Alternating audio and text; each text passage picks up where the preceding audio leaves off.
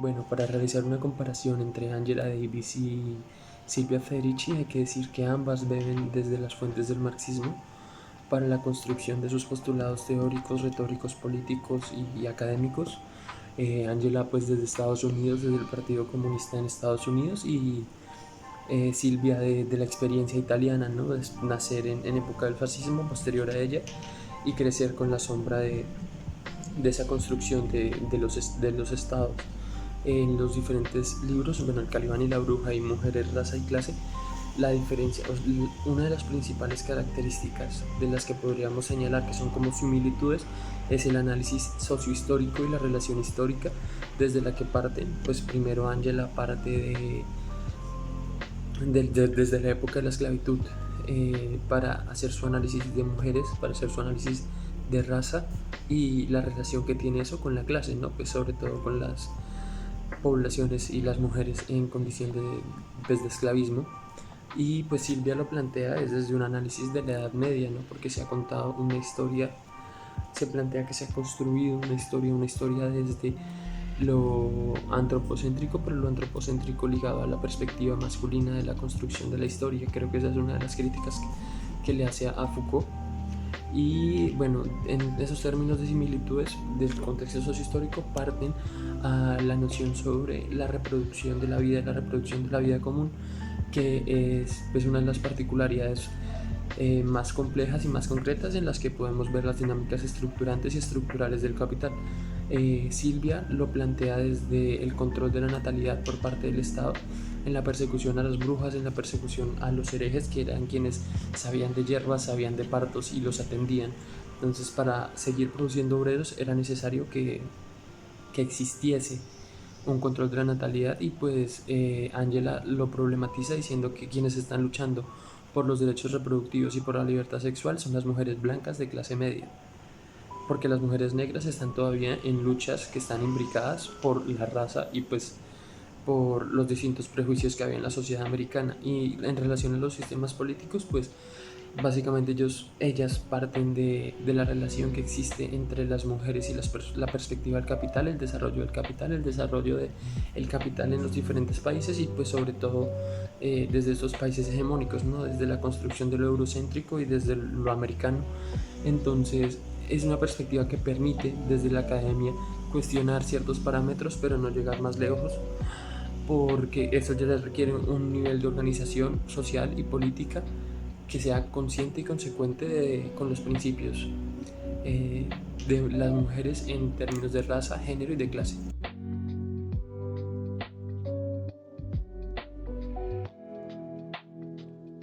Bueno, hablando un poco del meme, es una imagen de Heidi, donde pues su amiga en silla de ruedas cae, pero pues en este caso no son muy amigos, ¿no? Tenemos a Barrington Moore Jr., que considera dentro de su texto del origen social de la democracia y la dictadura que la aparición del socialismo, del fascismo y del socialismo tienen un origen en la retención por parte de la élite rural, de una élite autoritaria y autocrática rural, que retiene a los campesinos en calidad de siervos. Entonces, desde ahí parte esa noción, sobre todo para hablar del fascismo asiático en términos generales y desde esa revolución desde arriba, y como que plantea esos orígenes sí, en esas genealogías del socialismo y del fascismo como en un núcleo común que después se va a diferenciar, pero parte de ahí. Entonces Borón lo está empujando, y pues no lo está empujando, como que lo tenía, y entonces cuando escucha eso le dice, no, es que la existencia del fascismo como categoría histórica pasa por la configuración de las relaciones del capital en determinado periodo histórico. Pues hay una perspectiva que es un poco lineal y también etapista, las lógicas del capital, que dice, bueno, primero está el capital productivo, luego pasamos a las lógicas del capital monopolista, y ahorita estamos viviendo pues la lógica del capital financiero y especulativo, gracias al modelo neoliberal. Pero pues en esos términos como que chocan un poco, pues Borón, de tradición marxista, no rechaza la concepción de que el fascismo y el socialismo tengan un origen similar, o sí que la genealogía de esos términos parta de una construcción sobre la retención de los campesinos en calidad de siervos, sobre todo pues como él plantea el fascismo se da en unas condiciones de desarrollo del capital concretas y una hegemonía nacional, una hegemonía de los nacionalismos, de esa construcción de orden nacional. Y pues igual el mismo Marx lo decía, ¿no? El mismo Marx antes de morir estuvo analizando la función de los campesinos como sujetos revolucionarios y no simplemente en esa lógica de pasamos a una atención capital-trabajo que antes estaba dada por la relación que había entre patronos y siervos en relaciones de cuidado. Y pues ya al final lo de además tu viejo es policía, pues es que el Barrington Moore Sr., el papá de Barrington Moore, era un agente federal, si no estoy mal, un agente de la CIA y pues el man estuvo en la Primera Guerra Mundial y ya, esa es la explicación y la complementación bibliográfica del meme. Bueno, lo que yo vengo a hacer es un corto análisis de la película de Bernardo Bertolucci en 900. Todo esto teniendo en cuenta el texto de Víctor Manuel Moncayo, El Leviatán derrotado. Para comenzar, tenemos lo que para Moncayo es un estado, lo que es un proceso esencial del mundo contemporáneo ligado a la modernidad, lo que supone el advenimiento hacia el capitalismo, ¿no? Para Moncayo el Estado no es tanto un conjunto de aparatos, mecanismos, reglas, leyes, sino que es un proceso histórico construido por el ser humano y de forma concreta a través de sus acciones, y pues es un proceso histórico por lo que tiene un inicio y tiene un fin. Este inicio es lo que busca Bertolucci, ¿no? Bertolucci busca desde su conocimiento histórico e empírico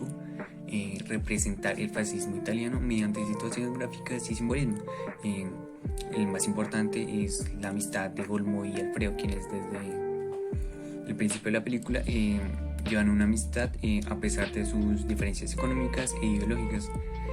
Pues esto representa obviamente a la sociedad de la época, en la que los campesinos no eran capaces de enfrentar al burgués y derrotar las injusticias a las que estaban expuestos, a pesar de que tenían una relación cercana. También a resaltar el hecho de que el campesino presentara un rol muy pasivo, ¿no? Una obediencia apolítica, en donde el miedo y el respeto hacia el terrateniente terminaban por darle el control absoluto, ¿no? Este rol pasivo del campesino se puede dar porque en Europa el crecimiento y el expansionismo de la economía expuso a todos los campesinos, ¿no? Como se ve en 900, cuando todos los campesinos se exaltan por la nueva maquinaria que ayudaría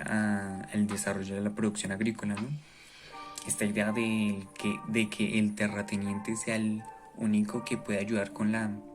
elaboración y el traer el desarrollo, pues haría lo que traería el control psicológico sobre el campesinado, y pues esto terminaría con la idea del partido del trabajador. Y pues comenzando esta lucha se haría el origen de la fuerza del fascismo, pero al mismo tiempo el origen del comunismo, ¿no? Que aunque al final se logra vencer al fascismo y acabar con esta idea del patrón, no se termina, sino que se cambia por una figura más pasiva, un jefe más escondido, pues todo esto por la lucha de clases de la que habla Moncayo y el desarrollo obviamente del capital. En su trabajo, Sartori habla de que para cambiar las constituciones se hace necesario plantear dos cuestiones: el qué es lo que se necesita cambiar, y el cómo cambiarlo. En este mismo sentido, el ex magistrado invitado a la clase el pasado 10 de diciembre nos hablaba de dos conceptos: el de reforma política al sistema político y el de reforma electoral al sistema electoral, que son los que describe y analiza Sartori en su trabajo. Así las cosas, el que viene siendo el Código Electoral de 1986, el cual, según los argumentos a favor, se encuentra obsoleto ya que la Constitución de 1991 abrió la posibilidad a nuevos grupos sociales de participación política, hay una nueva configuración social y también la tecnología, o como lo plantea Sartori, la videopolítica, representan un reto hacia la democracia. Ahora el cómo es, digamos, donde se presentan los mayores disensos, dado que Colombia cuenta con un sistema electoral bicéfalo que recae sobre el Consejo Nacional Electoral y la Registraduría Nacional, lo cual dificulta pues la asignación de funciones. Otro aspecto se encuentra en el debate en las modalidades de voto, que para el 11 de noviembre según el ponente de la reforma, Armando Benedetti, decía que ya se encontraban aprobados el voto presencial, el mixto y el anticipado presencial, y se descartaba el no presencial, remoto. Por otra parte, Sartori señala que los altos gastos electorales se pueden prestar para corrupción. Sin embargo, pues la reforma abre la posibilidad del clientelismo, ya que da al presidente y al registrador nacional poderes extraordinarios de asignación y remoción de funcionarios por medio del mecanismo de eliminación de la carrera administrativa. Y digamos algo para resaltar y en últimas que es positivo es que se regulen los medios de comunicación, en especial las encuestadoras. Esto evita que se bombardee al electorado de información que convierta a la sociedad en una videosociedad, como lo planteaba Sartori, y que actúe de manera emotiva y no de manera consciente al momento de realizar el voto.